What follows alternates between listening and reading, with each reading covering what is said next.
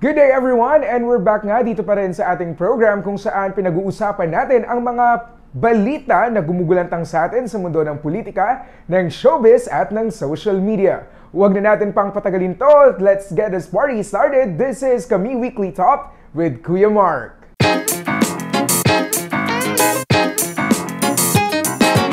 Simulan na nga natin ang ating programa sa balita tungkol kay President Rodrigo Duterte, kung saan kamakailan lang sa kanyang speech ay kanyang tinuligsa ang naglalakihang media companies sa di umano'y pagiging bias nito laban sa administrasyon.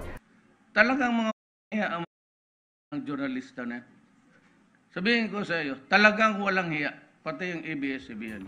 Matatandaan sa pareho ding event ay minura niya ang Philippine Daily Inquirer at ang ABS-CBN at sabi pa ng Pangulong Duterte ay puro lamang pera ang habol ng naturang mga media organizations. Ito pa rin ay kaugnay sa mga naglalakihang report tungkol sa Pangulo tungkol sa mga issue na kinasasangkutan ng administrasyon. Sa parehong talumpati din ng Pangulo ay sinabi niya na ang naturang media organizations ay mga bastos nga daw at corrupt. Sabi din ng Pangulo na hindi siya tumanggap ng kahit na anong amount sa naturang mga media organizations noong presidential campaign dahil nga daw sa nature ng mga organisasyon ito ng ABS-CBN at ng Philippine Daily Inquirer na mga bastos at biased media organizations. At ngayon nga ipag-usapan naman natin ang balitang gumulantang sa mundo ng social media kung saan nga ay ginulat tayo ng balitang pagkamatay ng 29-year-old businesswoman na si Cheryl Saturnino kaugnay ng pagpaparitoke sa isang clinic sa Mandaluyong. At ngayon nga ay nai-release na ang autopsy results kung saan sinasabi na ang naging dahilan ng pagkamatay ni Cheryl Saturnino ay multiple organ failure kaugnay nga ng tatlong procedures na gagawin sa kanya. Inahanda na nga ng otoridad ang kaukulang kaso na ipa-file laban sa mga medical staff ng naturang clinic na nag-facilitate ng procedure na humantong nga sa pagkamatay ni Cheryl Saturnino. Ang masasabi lang natin dito sa tungkol sa balitang ito ay nakikiramay tayo sa pamilya ni Cheryl at sa mga nagbabalak of course na magparitoke. We need to make sure as well that although there's nothing wrong about improving what you have in there, right, improving your looks, we have to make sure that our bodies will be able to handle any operation, diba? And this is where checking and other checkups will be very beneficial, diba? But of course, we have to make sure na yung clinic at yung mga doktor na magpa-facilitate sa ating mga procedures, diba? Cosmetic procedures ay licensed and at the same time ay alam din ang dapat nilang gawin, diba? At hindi lamang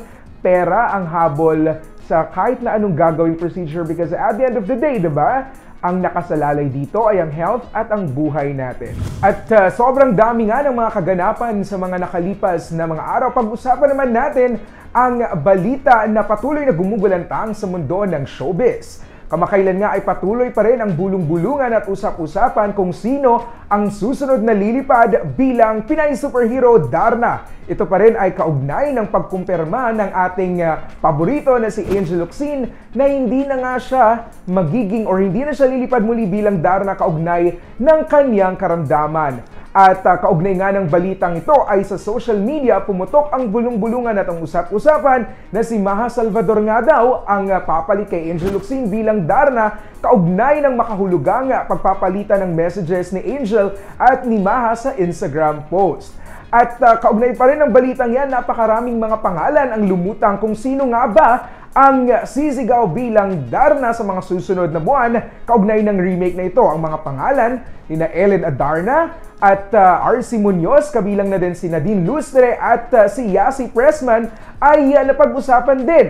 So tungkol nga sa balitang yan, we can only speculate and we could just wait kung sino nga ang finally gaganap bilang Darna. Kung sino man yan, ay yan ang dapat nating pakaabangan at dapat nating pakatutukan. Pero kung sino man nga ang mapili bilang Darna, ay nandun pa rin tayo at susuporta para malaman natin or para subaybayan pa rin ang kwento ng ating Pinay superhero na ating inabangan mula noon hanggang ngayon. At dyan nga nagtatapos ang ating episode sa linggong ito. Muli, abangan kami para pa rin sa mga nag-trending na balita sa mundo ng politika, ng showbiz, at ng social media. Napakainit na nga ng panahon mga kaibigan, at ugnay nga yan para pa rin magkaroon kayo ng updates sa mga nagbabagang balita. Please subscribe to our YouTube channel. Click lamang po ang subscribe button.